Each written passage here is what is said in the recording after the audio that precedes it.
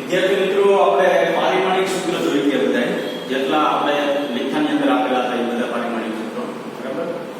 હવે પારિમાણિક સૂત્ર જોઈ ગયા એટલે કામ પૂરું નથી થઈ જતું.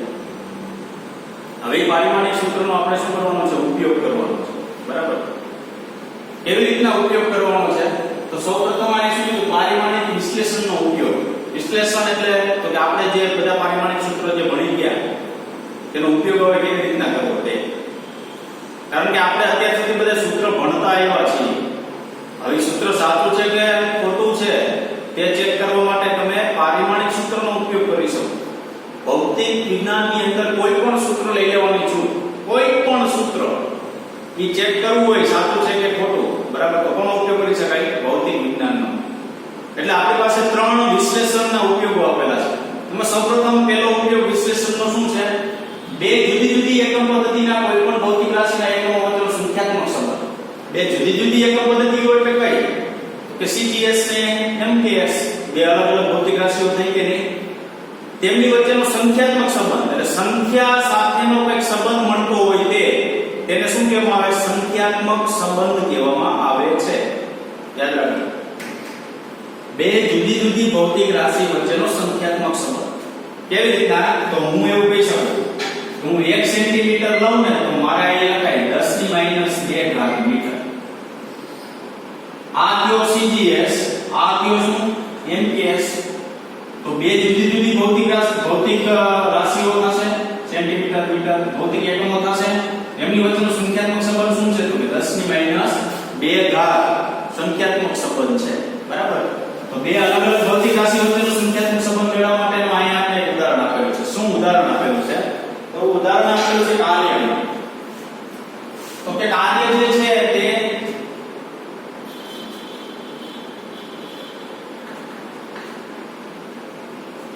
W બરાબર. એનો MPS એકમ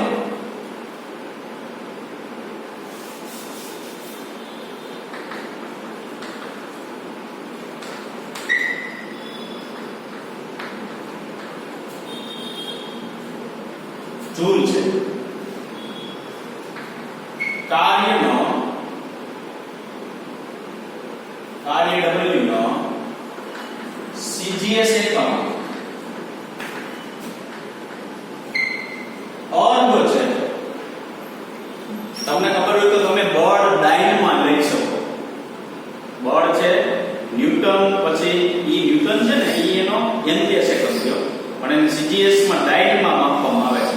એવી રીતના કાર્ય જે છે ને એનો MPS એકમ જૂલ છે પણ કાર્યનો CGS એકમ શું છે? અર્ગ.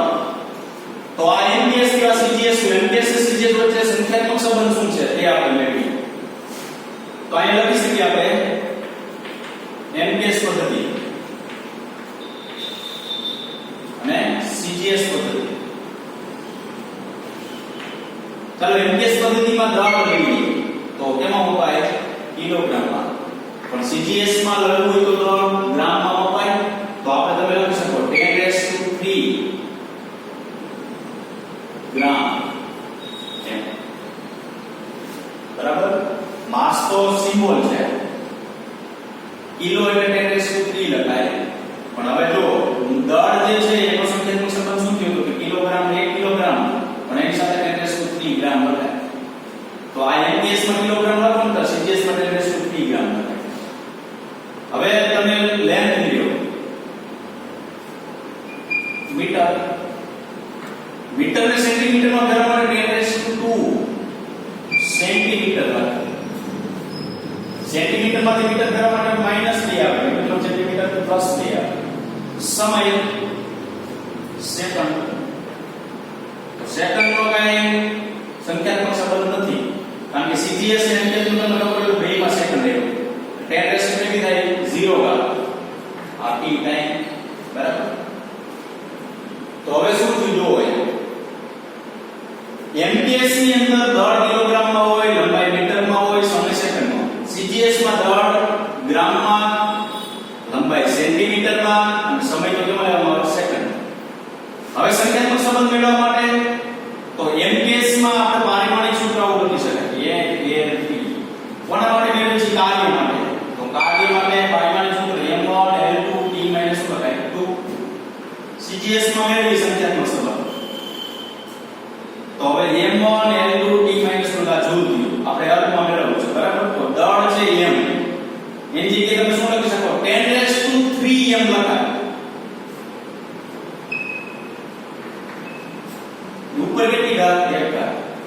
કાઈ નથી કેપિટલ M ની કિંમત મૂકી કેપિટલ M બરાબર આ તો એકમ નહીં ખાલી અહીંયા m ના સ્વરૂપમાં મૂકી 10^3m મૂકાય લંબાઈ એટલે l ની જગ્યાએ શું લખાય 10^2l લખાય એનો શું થાય સ્ક્વેર સમય t છે એની જગ્યાએ શું લખાય 10^0 t એની ઉપર કેટલું લખાય -b માઈનસ કેટલા લખાય 2 જો થોડું કોમ્પ્લિકેટેડ છે ધ્યાન રાખજો કે આપણે બધા દાખલા જે પારિમાણિક સૂત્રને આપણે ગણવાના આવશે ને આના ઉપરથી આવશે બરાબર છે ઉપયોગ કરવાનો પારિમાણિક વિશ્લેષણમાં પહેલો ઉપયોગ સંખ્યાત્મક સંબંધમાં ચાલો 10 ની 3 ઘાત છે પણ એની ઉપર 1 ઘાત છે ઘાતની ઘાતનો ગુણાકાર થાય ઘાતની ઘાતનો ગુણાકાર થાય તો એને 10 ની 3 ઘાત m ની 1 ઘાત 10 ની 2 છે 2 તો 4 10 ની 4 ઘાત l ની 2 ઘાત 2 સાથે -2 0 ગુણો તો 0 થઈ જાય જે કોઈ 0 ઘાત એટલે 1 વૈધ્ય શું ખાલી t -2 ચાલો અહીં આધાર સમાન ઘાતનો સરવાળો થાય તો 10 ની કેટલી ઘાત થાય 3 ને 4 7 10 ની 7 ઘાત અહીં શું થયું m1 n2 t - 2 m1 n2 t - 2 કાર્યનો MKS પદ્ધતિનો એકમ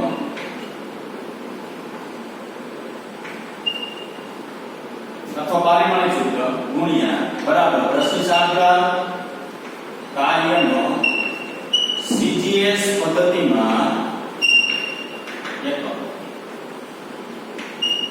કેવા શું મળ્યું આ બાજુ આપણે બધું MKS આ બાજુ શું હતું CGS તો શું મળ્યું જો કાર્યનો MKS પદ્ધતિમાં એકમ બરાબર 10 થી 7 ઘાત કાર્યનો CGS પદ્ધતિમાં એકમ તો છેલ્લે લાસ્ટ ની અંદર તમે શું લખી શકો જૂલ બરાબર 10 ની 7 ઘાત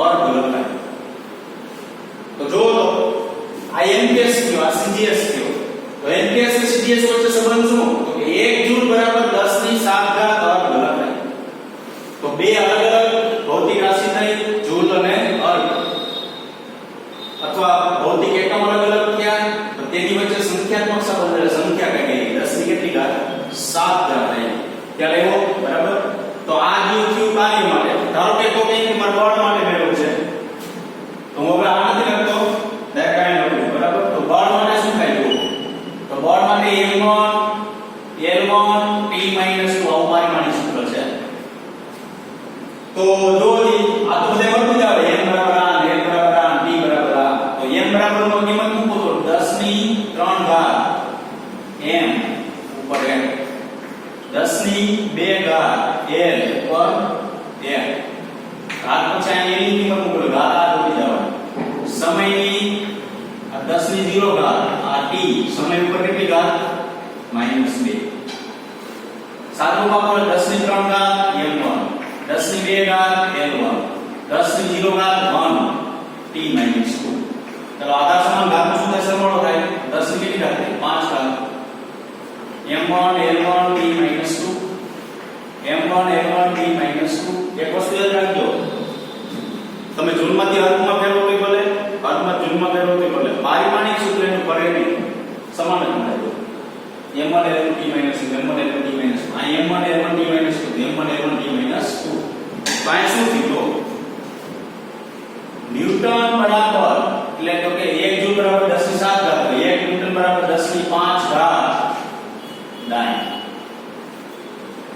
બરાબર 1 ન્યૂટન બરાબર 10 ની કેટલી ઘાત 5 ઘાત ડાયન એટલે એનો મતલબ એવો થયો ડાયન છે CGS એકમ થયો આ કેવો થયો MKS એકમ અલગ અલગ ભૌતિક રાશિ વચ્ચેનો સંખ્યાત્મક સંબંધ આ પેલો પારિમાણિક વિશ્લેષણનો શું થયો ઉપયોગ થયો બરાબર કઈ નથી કરવાનું દળ લંબાઈ અને સમય આ MKS માં લખાય CGS માં લખાય પછી પારિમાણિક સૂત્ર હોય ને મૂકી દો આ બે ભૌતિક રાશિ આપણે લીધી કાર્ય અને બળ એ કોઈ પણ ભૌતિક રાશિ તમે લઈ શકો બરાબર ચાલો એના પછી B છે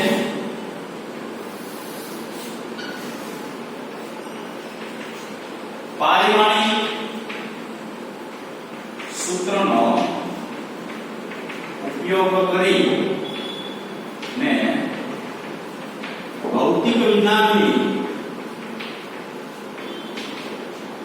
કોઈ પણ ભૌતિક વિજ્ઞાનનું કોઈ પણ સૂત્ર ની યથાર્થતા તપાસવી. યથાર્થતા તપાસવી એટલે શું? તો કે તે ભૌતિક રાશિનું સૂત્ર સાચું છે કે ખોટું, બરાબર, તે આપણે ચેક કરો.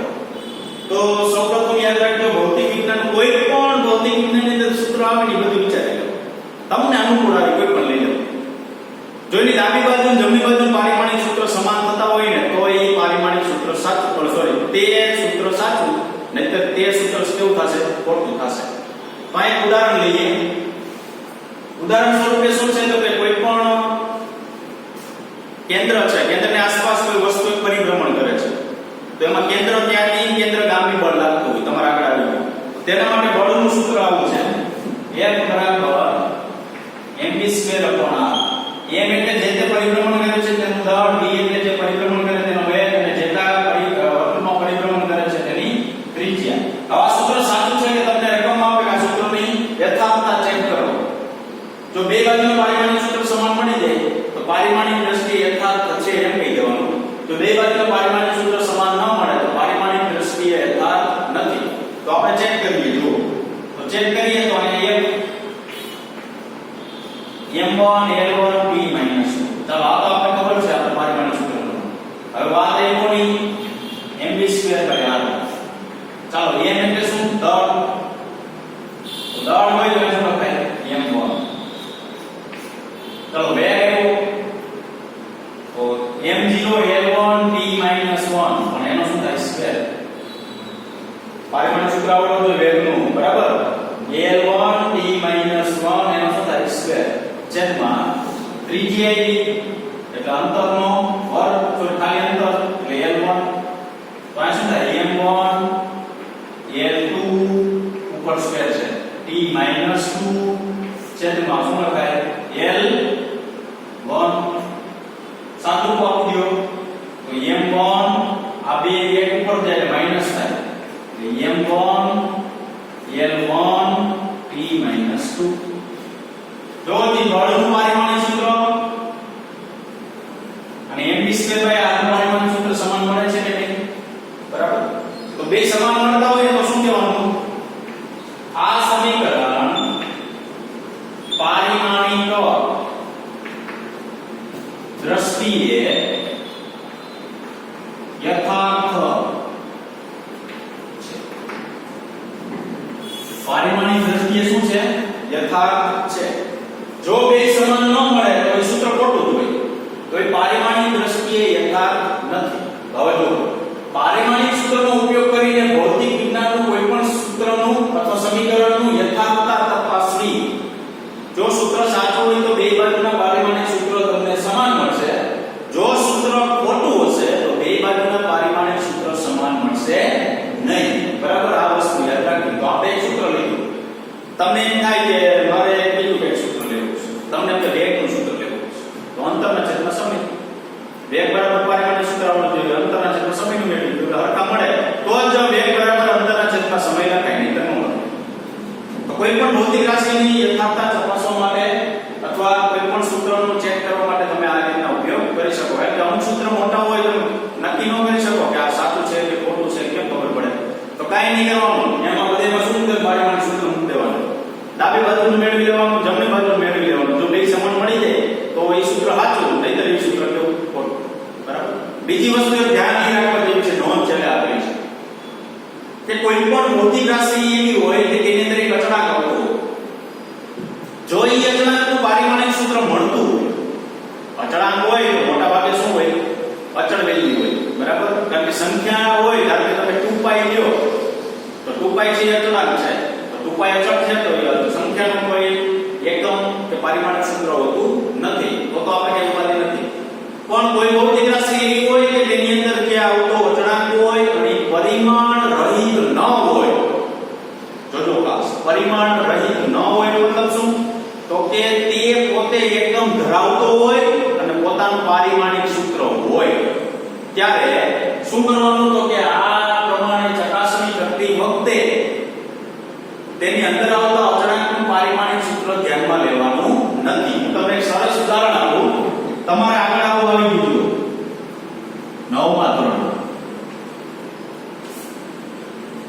કોઈ પણ બે કણ વચ્ચે લાગતું ગુરુત્વાકર્ષણ બળ બે દળના ગુણાકારના સમપ્રમાણમાં તેમની વચ્ચેના અંતરના વર્ગના વ્યસ્ત પ્રમાણ. આમાં અચળાંક કોણ છે? કેપિટલ G છે. તો આ G છે એ ગુરુત્વાકર્ષણનો સાર્વત્રિક અચળાંક છે. આનું પારિમાણિક સૂત્ર હોય, આનું પારિમાણિક સૂત્ર હોય છે, ખાસ યાદ રાખજો. તેનું પારિમાણિક સૂત્ર મળે છે. તો હવે યથાર્થતા ચેક કરો તમે ત્યારે બળ મળી ગયું, બળ મળી ગયું. પછી તો કે તમે અહીં G નું પારિમાણિક સૂત્ર મૂકો, M નું મૂકો, આ M નું મૂકો અને આ નું મૂકો. ચાલો મૂકી દીધું. બધાયને શું મૂકી દીધા? પારિમાણિક સૂત્ર મૂકી દીધા. બરાબર? G એક અચળાંક છે, એનું પારિમાણિક સૂત્ર છે તો કે આ, તો એનું પારિમાણિક સૂત્ર તમારે ક્યાંય ધ્યાનમાં લેવાનું નથી. અચળ આવતો હોય તો એનું પારિમાણિક સૂત્ર ધ્યાનમાં લેવાનું નથી. જો ધ્યાનમાં લેશો તો તમને બે બાજુ યથાર્થતા ચેક થશે નહીં. બરાબર? ડાયરેક્ટ એ પારિમાણિક સૂત્ર શું કહી દેવાનું? યથાર્થતા. જો ખાલી યથાર્થતા ચેક કરતા હોય ને ત્યારની જ વાત છે. યથાર્થતા ચેક કરતા હોય યાદ એટલું રાખવાનું, અચળાંક હોય ને પારિમાણિક સૂત્ર ધ્યાનમાં નહીં લેવાનું. બાકી બધી ભૌતિક રાશિ પારિમાણિક સૂત્ર તમે ધ્યાનમાં લઈ શકો. તો આ કેપિટલ G છે તો કેપિટલ G નું પારિમાણિક સૂત્ર ધ્યાનમાં લેવાનું નહીં. બરાબર? એટલે યાદ રાખવાનું કોઈ પણ ભૌતિક રાશિની યથાર્થતા ચેક કરતી વખતે જો અચળાંક પરિમાણ રહિત ન હોય એટલે કઈ પરિમાણ હોય, બરાબર, તો તે કે ધ્યાનમાં લેવાનું નથી. બરાબર? આ ખાસ બાબત છે, ધ્યાનમાં રાખવી. તો આપણી પાસે અત્યારે બે ઉપયોગો આપણે પારિમાણિક વિશ્લેષણના ભણ્યા ક્યાં ગયા? તો કે સૌપ્રથમ છે બે જુદી જુદી એકમ પદ્ધતિ વચ્ચેનો સંખ્યાત્મક સંબંધ. બીજું શું આવ્યું?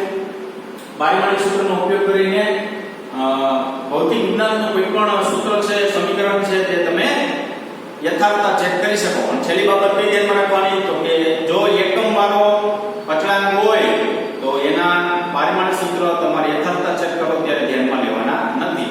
એકમ વગરનો હોય તો કઈ ઉપાધિ નથી. ટૂંકમાં અચળાંક માટેનું કોઈ પણ જગ્યાએ પારિમાણિક સૂત્ર ધ્યાનમાં લેવું નહીં. બરાબર? અહીંયા સુધી રાખશું આપણે. Thank you very much.